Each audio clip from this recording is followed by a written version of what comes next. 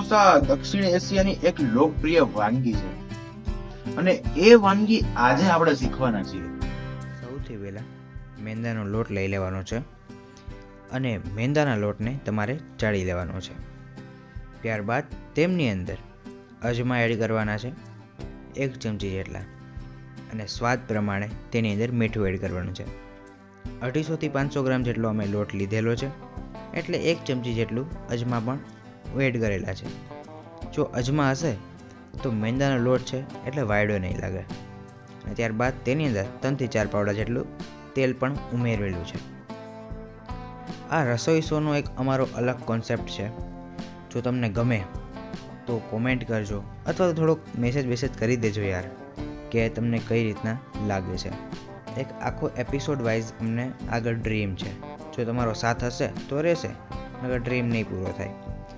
ત્યારબાદ તમારે હવે લોટને બાંધી લેવાનો છે. મોણ વધારે હશે તો લોટ કૂણાશે. આપણે મેંદાના લોટને વધારે કૂણા દેવા માટે એની અંદર આપણે 1 પાવડું તેલ હજી એકવાર ઉમેરી દીધું છે. એ 1 પાવડું તેલ નાખીને પાછો લોટને કસણી નાખવાનો છે. એ લોટને કસણીને તેને 20 થી 25 મિનિટ સુધી રહેવા દેવાનું હોય છે, જેથી કરીને લોટની અંદર થોડોક એવો આથો આવે અને લોટ થોડોક પોચો થાય તો સમોસા પણ ખાવાની વધારે મજા આવે. તો આપણે હવે આ લોટને ઢાંકી દઈશું.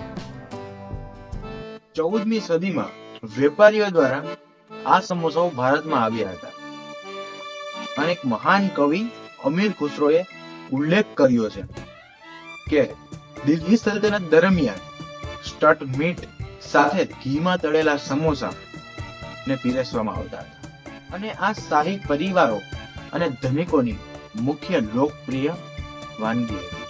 હવે એક કુકર લઈ લેવાનું છે. તેમની અંદર 400 થી 500 ગ્રામ જેટલા બટેટા અમે બાફી લીધેલા છે.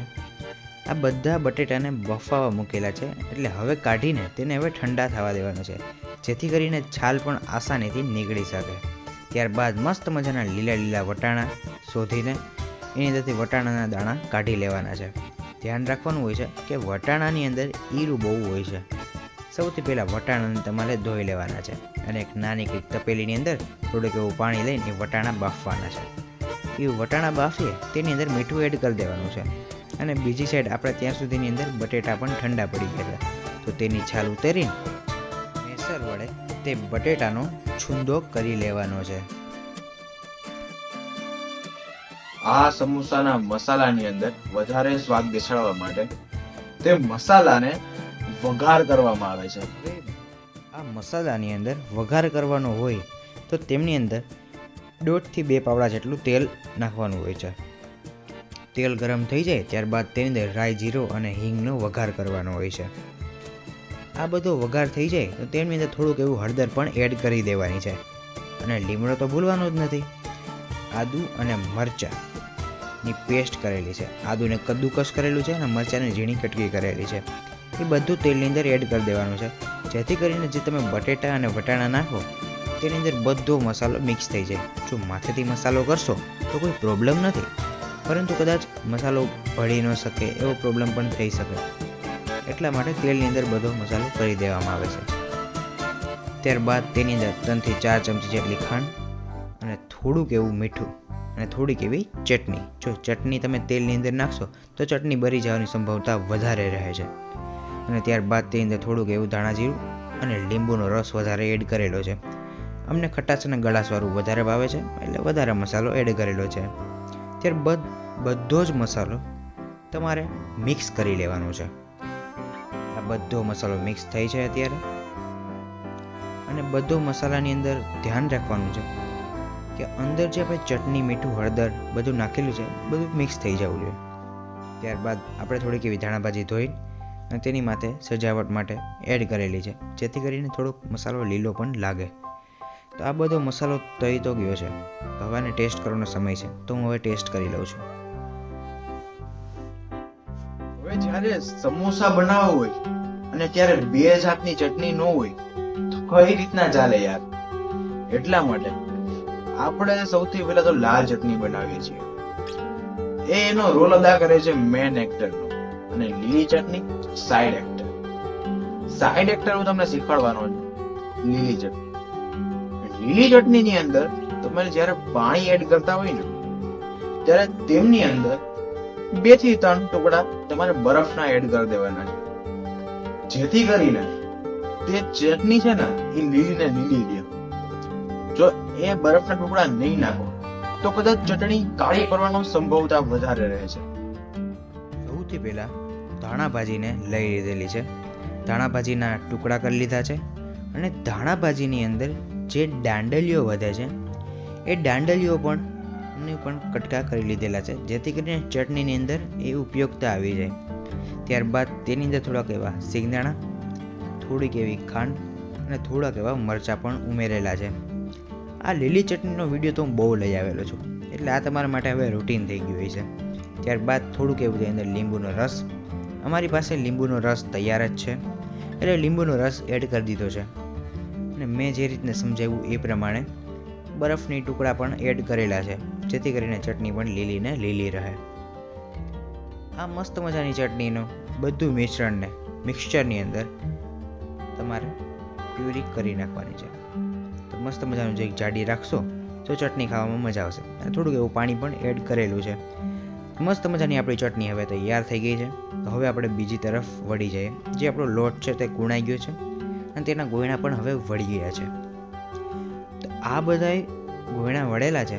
હવે તેની આપણે એક રોટલી ટાઈપ તેને વણવાનું છે.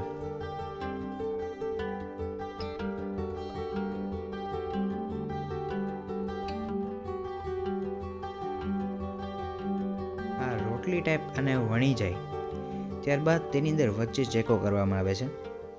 તે વચ્ચે ચેકો થઈ જાય ત્યારબાદ જ મેન રમત રમવામાં આવે છે. હા, મેન રમત. આ રમતની અંદર શું હોય છે કે ભાઈ તમારે મસાલો કઈ રીતના ભરવો અને કઈ રીતના એ સમોસુને તમારે વાળવું, એ જ તો કલાકારી છે. જો એ નહીં આવડે તો સમોસું બનશે નહીં, કદાચ વિચિત્ર આકાર પણ પકડી લે. એટલા માટે આ એક મેન વસ્તુ છે કે તમારે એનો આકાર લઈ આવો. તો મસ્ત મજાનો આપણો સમોસા અત્યારે વળાય છે. અને જો સમોસાની જગ્યાએ તમે ઘૂઘરા કરો તો એની માટે એક જ આખી રોટલી હોય છે. એ 2 રોટલીને ભેગી કરવામાં આવે છે અને ઘૂઘરા પણ બનાવવામાં આવે છે. બને છે તો સેમ જ વસ્તુ બધી, પણ ઘૂઘરાનો મસાલો થોડોક એવો માઇનોર ડિફરન્સ હોઈ શકે. સમોસાને વાળવા એક મુશ્કેલીનું કામ છે, પરંતુ તેની સતત પ્રેક્ટિસ દ્વારા તે કામ સરળ બની શકે છે. બટેટાના સમોસાની સરખામણી કોઈ કરી શકતું નથી. એના નીચે આવે છે ડ્રાયફ્રૂટ સમોસા અને પનીર સમોસા. અને હવે તો બજારની અંદર મીઠા સમોસા પણ મળવા મળ્યા છે, જે દિવાળીની અંદર બધા લોકો બનાવે છે. પરંતુ બટેટાના સમોસા સૌથી ટોપમાં જ રહે છે. પશ્ચિમી દેશોની અંદર જ્યાં તળેલું ઓછું ખાય છે ત્યાં સમોસાને શેકીને પણ ખાવામાં આવે છે. આ બધા સમોસાને તમારે મીડિયમ ફ્લેમ ઉપર તળવાના હોય છે. જો તેલ મીડિયમ ફ્લેમ ઉપર હશે તો બહારથી અને અંદરથી 2 જગ્યાએ આનો મસાલો અને એનું પડ 2 તળાઈ જશે. જો ફૂલ ગેસ રાખશો તો કદાચ બહારથી જ કડક થાય ને અંદરથી કાચા પણ રહી શકે. અને જો તમે સાવ ધીમો રાખશો તો કદાચ તેલ ચડી જવાની પણ સંભાવના વધારે રહે. તો આપણા મસ્ત મજાના સમોસા મેંદાના થઈ ગયા છે. તો હવે બીજા બધા સમોસા છે તેને પણ હવે તળી નાખવાના છે. આ મેંદાના લોટના સમોસાઓને પ્રાધાન્ય ઓછું આપવામાં આવે છે. ત્યાં ઘઉંના લોટના સમોસાઓ પણ બનાવવામાં આવે છે, જેમની અંદર ભારતની માતાઓ તેના બાળકો માટે બનાવે છે, જેથી કરીને બાળકો એ હોજરીની અંદર પાચન ન કરી શકતા હોય તો તેના માટે ઘઉંનો લોટ બેટર સારો રહે. એટલા માટે હવે આપણે શીખશું ઘઉંના લોટના સમોસા. સિમ્પલ હોય છે, મેંદાનો લોટ હોય ત્યાં ઘઉંનો લોટ આવી જાય. ઘઉંના લોટના સમોસા માટે સૌથી પહેલાં ઘઉંનો લોટ લઈ લીધો છે. તે ઘઉંનો લોટને તમારે હવે ચારી લેવાનો છે. આ બધો લોટ ચરાઈ જાય ત્યારબાદ તેની અંદર 2 પાવડા જેટલું તેલ એડ કરેલું છે અને થોડુંક એવું પાણી પણ એડ કરેલું છે. તો મસ્ત મજાનો હવે આ લોટ બાંધી લેવાનો છે. આ લોટને નોર્મલ આપણે જે રોટલીનો લોટ બાંધતા હોય તે રીતના જ બાંધવાનો છે, પરંતુ આની અંદર મોણ જરીક વધારે રાખશો તો સમોસા વળશે સારા. તો આપણો હવે લોટ આ બંધાઈ ગયો છે. ત્યારબાદ હવે આપણે જે પ્રોસેસ કરતા હતા એ જ પ્રમાણે આખી રોટલી બનાવી લેવાની છે. એટલે રોટલી ટાઈપ આખું મોટું ગોયણાને ફેલાવી લેવાનું છે.